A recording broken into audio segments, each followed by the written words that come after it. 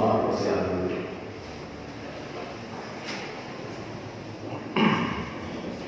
Selamat sore, Shalom. Merdeka. Ulangi, harus ada gerakannya ya. Merdeka. Merdeka. Merdeka. Luar biasa. Saya tadi lihat semangat 45 itu keluar. Pak Pendeta ini 74. Tetap semangatnya 45 walaupun ini 74. Tadi waktu di kantor gereja, ibu-ibu ngomong ke saya, Pak Pendeta, mana merah putih? Ini putihnya, merahnya ada D. Waduh, gimana caranya ya? Saya ikat lagi di sini kan? Saya ikat. Kurang mantep. Ada lagi Bu, bilang kan? Di mana Pak Pendeta tidak kelihatan? Ibu tidak bisa lihat. Di mana? Di belakang. Jadi di crop. Ya, ada di belakang sini, merah dan putih. Ya, Bapak Ibu Saudara yang Tuhan Yesus kasihi, Indonesia adalah bangsa yang besar dan kita sangat-sangat bangga. Bapak Ibu bangga? Bangga nggak jadi warga negara Indonesia? Oh iya bangga. Kalau nggak bangga ya udah keluar dari bangsa ini ya. Kita bangga menjadi bagian dari bangsa ini.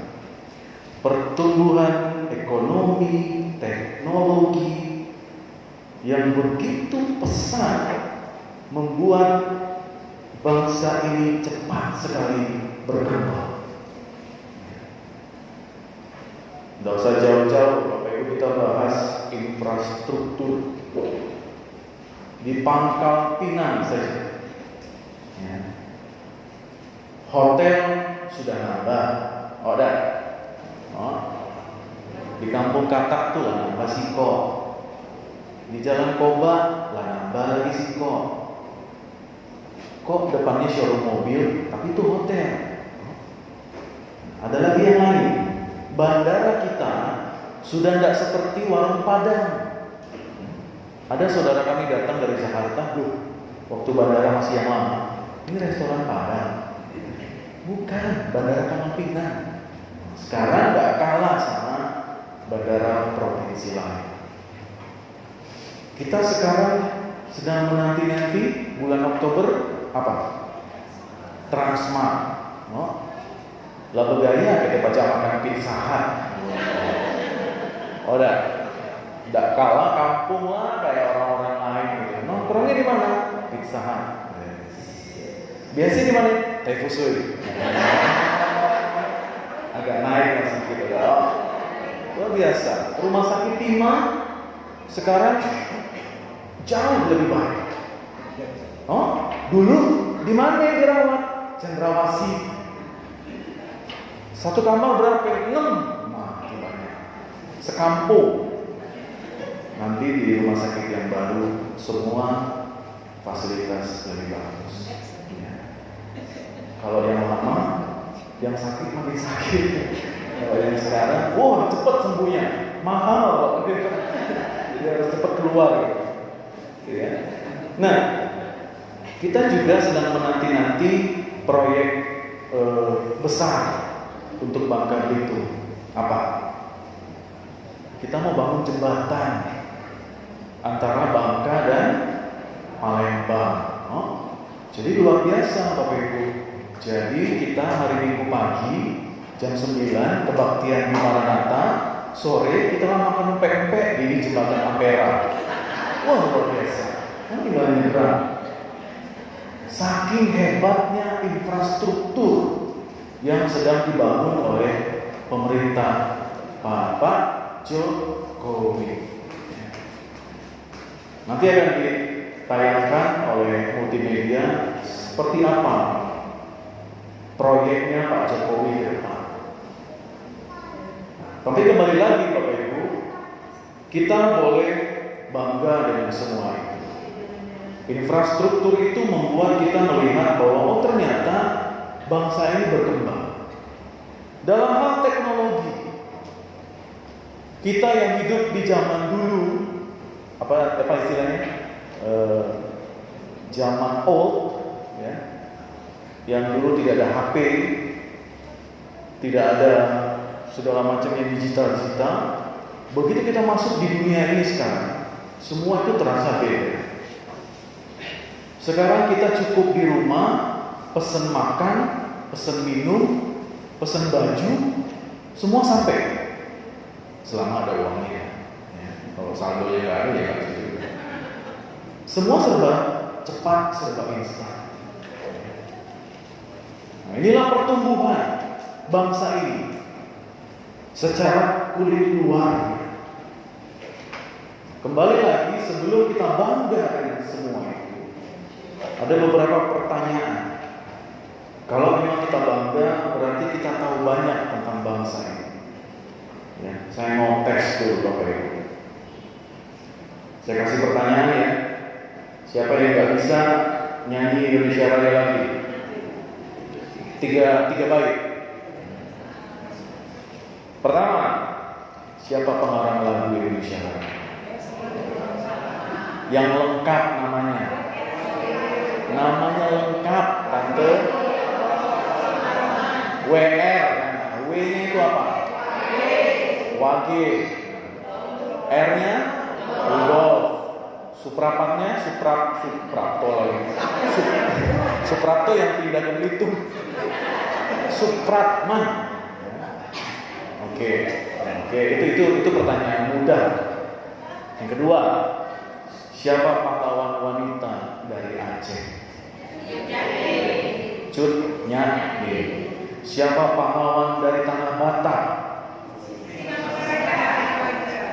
Nomor? Ada tarombonya kalau orang Batak. Harus ada nomornya. Ya, Singa Maharaja nomor 12. Kalau ngomong Batak itu harus jelas urutannya. Nanti kena ini apa? Kena semprot. Oke, yang berikut, siapa yang menjahit bendera pusaka merah putih? Fatmawati. Pertanyaan berikut, di mana dia jahitnya? Bukan di rumah. Di kota apa dia menjahitnya? Ayo. Hah? Kebun jahit di kota Bengkulu. Oke. Pertanyaan berikut, apa merek mesin jahitnya? Singer. Bener kan? Aku cari-cari bener ada. Jadi aku zoom gambarnya Singer. Hebat luar biasa. Ya, Bapak Ibu Saudara yang berkasih ini, ternyata kita begitu mencintai bangsa ini ya, sampai merek mesinnya aja kita tahu. Nah, tahukah Bapak Ibu Saudara bahwa ternyata di dalam perjalanan bangsa ini ternyata juga tidak mudah untuk mendapatkan ini semua. Kita sekarang menjadi bangsa yang paling cepat pertumbuhannya, paling maju negaranya dibandingkan negara-negara yang lain. Ya. Tetapi kalau kita mau melihat ke belakang lagi, bahwa ternyata negara ini melewati masa-masa penjajahan yang tidak mudah. Kita dijajah oleh bangsa-bangsa Eropa, kita juga dijajah oleh bangsa Jepang. Banyak sekali pahlawan kita yang mati. Jenderal-jenderal kita juga banyak yang mati. Rakyat biasa juga banyak yang mati hanya untuk mendapatkan apa? Kemerdekaan.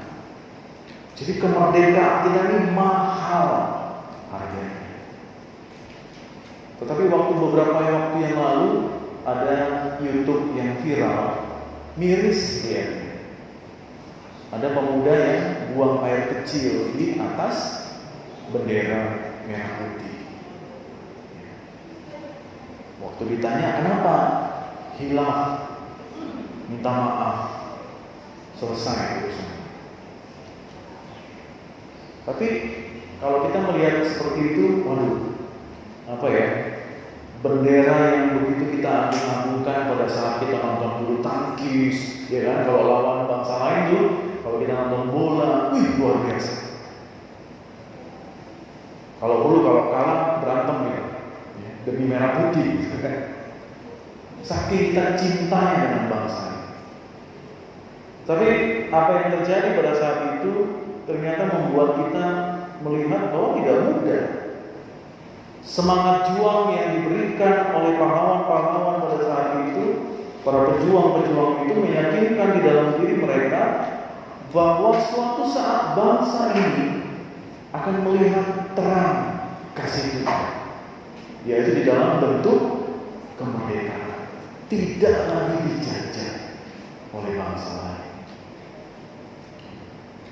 Dan di masa sekarang ternyata Bapak Ibu Saudara, kita juga tidak lepas dari hambatan, tidak lepas dari masalah. Kalau dulu kita punya problem penjajahan dengan bangsa lain, ya kan? Selesai, kita sudah dari jajahan. Tetapi timbul persoalan baru. Musuh kita sekarang bukan Belanda, bukan Jepang. Musuh kita sekarang adalah yang paling besar dan sulit dikalahkan. Siapa? Bangsa kita sendiri.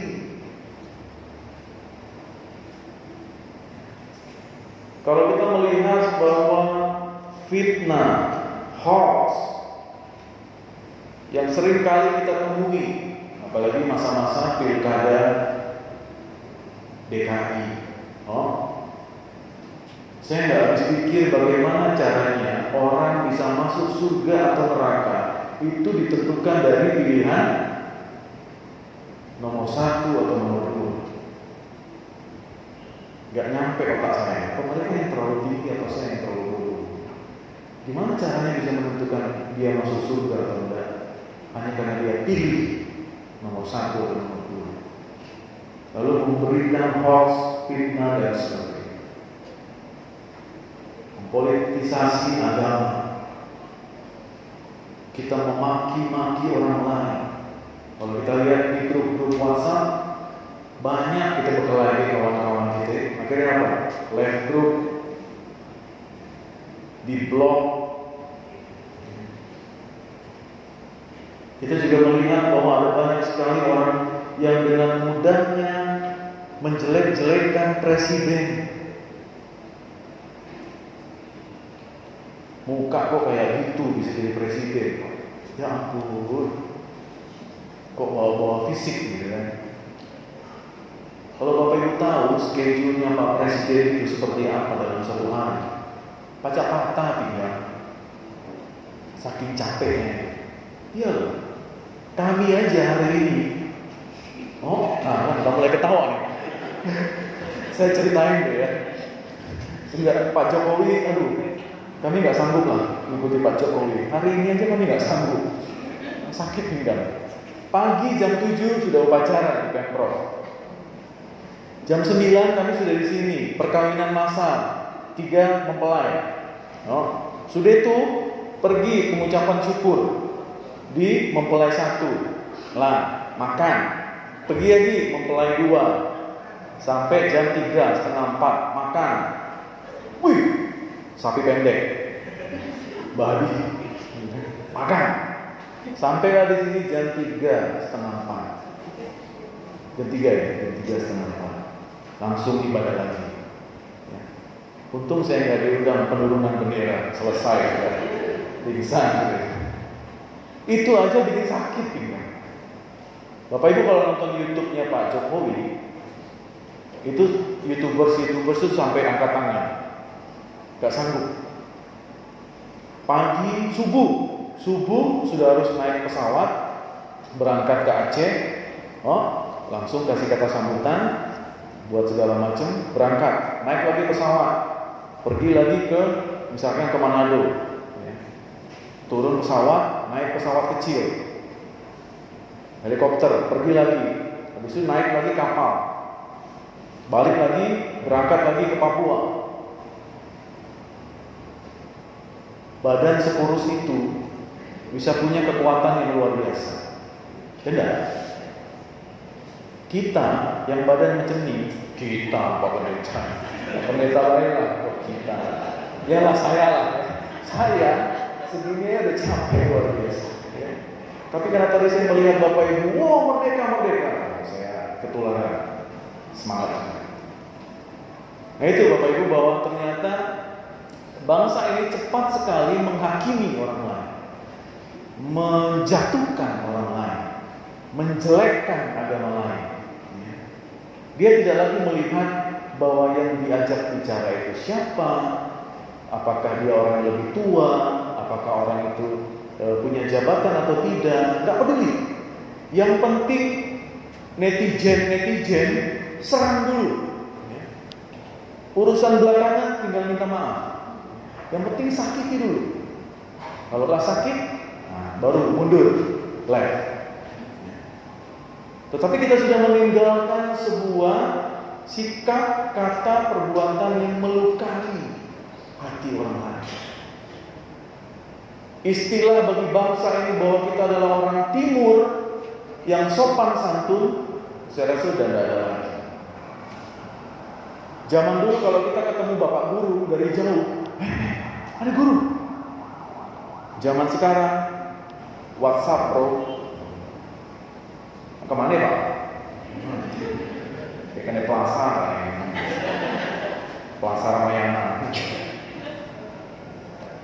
Nah, ada lagi sopan santun dan sebagainya. Kembali lagi Bapak Ibu Saudara bahwa kalau kita tanyakan mengapa Pak kok bisa seperti itu?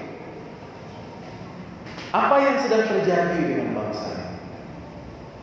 Saya cari tahu, bisa saya simpulkan Bapak Ibu Saudara bahwa sebagian besar bangsa ini merasa bahwa karena kami sudah merdeka,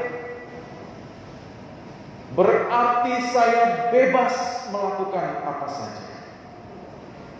Kita coba lihat, kita tangkap konsepnya ya. Saya merdeka, saya bebas melakukan apa saja. Entah orang itu suka atau tidak suka, tapi saya sudah merdeka. Bahkan ada loh yang salah menangkap pengumuman di luar lah ya, maksudnya di gereja, di luar. Bebas asap rokok. Itu suka salah tafsir loh ya. Berarti apa?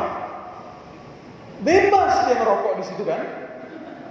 Loh Pak, ini bebas asap rokok, berarti ya bebas. Saya merokok di sini kah, di sana kah, terserah. Bebas asap rokok kok. Bebas sampah. Nah, minggu lalu saya keluar dari gereja ini, di belakang sana lengkap semua jajanan warung di belakang sana. Dari mulai citato, teh kotak, apalagi kacang, semua lengkap. Bebas sampah. Artinya apa? Kita bebas membuang sampah. Dan bebas-bebas yang lain. Di situ terlihat betapa sempitnya cara berpikir seseorang tentang arti sebuah kemerdekaan. Saya mau tanya Bapak Ibu, apa arti merdeka? Tadi kita bilang merdeka. Arti merdeka apa? Hah? Bebas, tidak terikat, tidak bergantung kepada orang. Ini menurut Kamus Besar Bahasa Indonesia. Kita juga tidak terikat dengan pihak tertentu. Kita leluasa, kita dapat berbuat sekehendak hati. Ku nak bikin apapun terserah. Sekali waktu saya pergi naik motor, saya di belakang mobil, saya nggak ingat mobil apa. Tisu, bus 1, kulit pisang 1. Saya lihat dari belakang ini, mungkin anak-anak kali ya nggak ngerti. Tak berapa lama, plastik. Ini yang di dalam ini siapa sih sebenarnya? Ini jalan protokol seperti ini. Padahal jalan protokol kita ini kan cukup bersih ya. Kalau kita kan berat artinya untuk membuang sesuatu. Taruhlah di dalam mobilnya dulu, kelak sampai rumah baru dibuang. Kan sesederhana itu sebenarnya. Di gereja juga demikian. Kita memang agak susah kalau tidak makan permen gitu ya. Karena kalau sekali ngomong kayak kawan, jadi harus ada permen. Tetapi paling tidak plastiknya, Bapak Ibu kantong, taruh di dalam tas, buang di luar. Sesederhana itu sebenarnya. Artinya memang kita sudah merdeka, tetapi ada hal-hal tertentu yang kemerdekaan kita itu harus pada tempatnya. Harus ada aturannya. Tidak bisa sekedar hati kita. Orang yang memiliki konteks demikian, Bapak Ibu, akhirnya apa? Yang terjadi adalah dia menyakiti hati orang lain. Dia menyinggung orang lain. Dunia ini mengajarkan kepada kita bahwa untuk memperoleh kemerdekaan itu kita harus melakukan sesuatu yang besar. Sama seperti pejuang-pejuang pahlawan kita, menghilang nyawa yang hilang, darah yang tertumpah gitu ya. Kalau kita lihat pahlawan kita sekarang banyak yang tangannya tidak ada, matanya sudah buta, terkena peluru dan sebagainya. Itu tidak mudah untuk mendapatkan itu. Jadi saya mau katakan bahwa pemahaman seperti itu, merdeka, lalu dia berbuat sekendak hatinya, itu tidak bisa kita terima. Nah, Bapak Ibu Saudara yang Tuhan Yesus kasihi, menjadi seorang Kristen itu tidak sama dengan hidup secara Kristen. Itu beda. Di KTP kita boleh Kristen, tetapi apakah hidup kita secara Kristiani? Nah, itu yang patut kita renungkan bersama.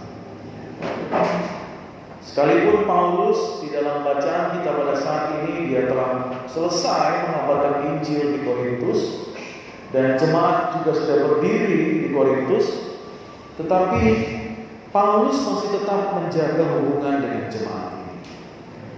Dari surat-surat Paulus kepada jemaat Korintus, dia menunjukkan bahwa ada kualitas penggembalaan, ada kualitas pastoral yang diberikan kepada Paulus sebagai bentuk pembinaan yang terus Paulus pelihara bersama jemaat.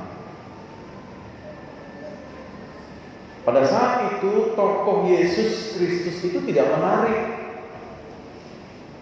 bagi orang-orang pada saat itu.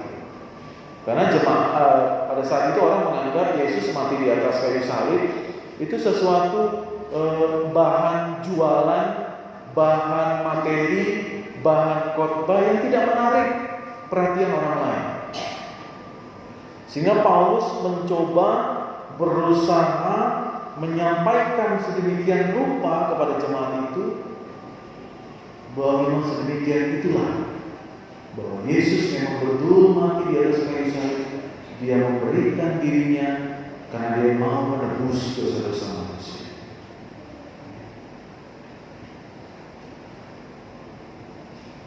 Persekutuan kita, Bapak Ibu Saudara, sesuai dengan judul di dalam bacaan kita pada hari ini, itu diibaratkan seperti sebuah bejana tanah liat. Kalau zaman dulu bejana tanah liat itu tidak bagus. Ya hanya seadanya saja. Dibuat bulat, tempel-tempel, dibakar, sudah. Dari menarik-menarik. Sehingga penulis menyampaikan kepada pembaca bahwa demikianlah orang yang percaya kepada Tuhan. Pada saat itu orang melihat orang Kristen itu tidak ada bagus-bagusnya. Tetapi orang tidak melihat bahwa di dalamnya ada permata yang begitu indah. karena mereka meyakini bahwa mereka telah ditebus oleh darah Kristus.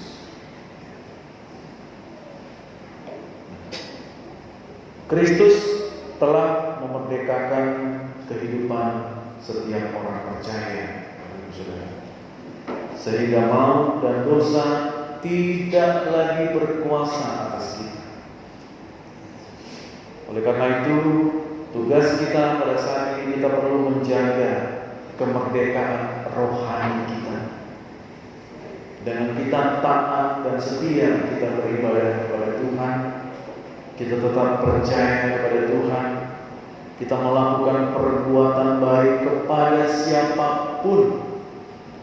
Jangan pernah membeda-bedakan menolong orang lain dan melakukan hal yang baik kepada orang lain. Ya. Entah dia kepalanya botak, mungkin dia beragama Buddha, entah dia memakai tudung kepala, mungkin dia beragama A, B, dan C. Jangan pernah melihat seseorang dari fisiknya baru kita menolong. Lakukan selalu perbuatan baik kepada setiap orang. Agar apa? Agar dunia ini bisa melihat Kristus melalui hidup kita. Dan inilah seharusnya yang menjadi keseriusan dan perhatian kita sebagai orang percaya, bahwa kita hidup melakukan kehendak Tuhan. Kemerdekaan dan kemenangan rohani kita yang menentukan. Kemerdekaan itu layaknya seperti terang. Agar apa? Agar kita bisa melihat yang salah, agar kita bisa menata yang tidak benar. Selamat mengisi kemerdekaan ini, Bapak Ibu Saudara. Kita sudah masuk di tahun ke-74. Kita juga sebentar lagi akan melakukan pelantikan Pak Jokowi ya, bulan Oktober. Pasangan Pak Jokowi dan Pak Ma'ruf Amin.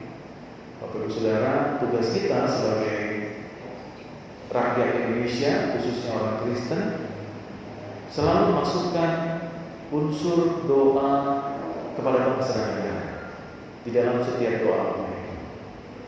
Entah pagi, entah malam, ya, tolong doakan. Kenapa? Karena kita sekarang masuk dalam kondisi-kondisi yang masih labil, ya. Masih banyak orang-orang yang mencoba untuk menggoyang bangsa ini dengan cara-cara yang tidak etis, tidak jujur, tidak baik. Tetapi yakin dan percaya bahwa kita, anak-anak Tuhan, itu punya andil luar biasa. Kita nggak perlu demo pagi, siang, malam, apalagi demo berjilid-jilid, nggak perlu. Tetapi yang harus kita lakukan adalah kita berdoa untuk bangsa ini. Amin.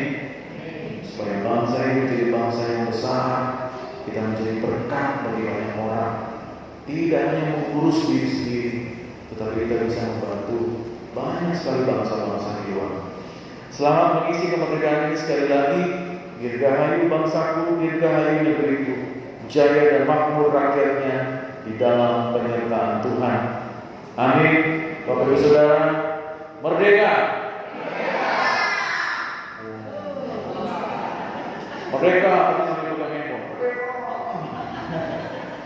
Tuhan Yesus memberkati.